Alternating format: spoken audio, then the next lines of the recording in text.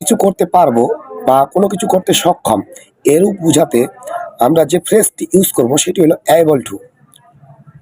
তো আমরা সেটি উদাহরণের মাধ্যমে বুঝেছি। যেমন আমি আসতে পারবো, I will be able to come. আমি যেতে পারবো, I will be able to go. আমি ঘুমোতে পারবো, I will be able to sleep. আমি হাঁটতে পারবো, I will be able to walk.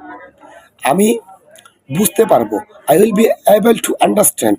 আমি আবার চেষ্টা করতে পারবো, I will be able to try again.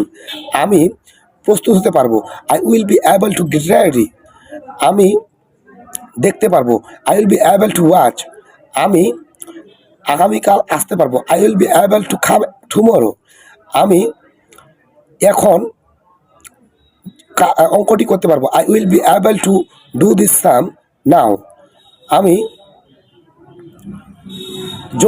আমি ক্লাসে যোগ দিতে পারবো, I will be able to join the class. ভিডিওটি দেখার জন্য অসংখ্য ধন্যবাদ।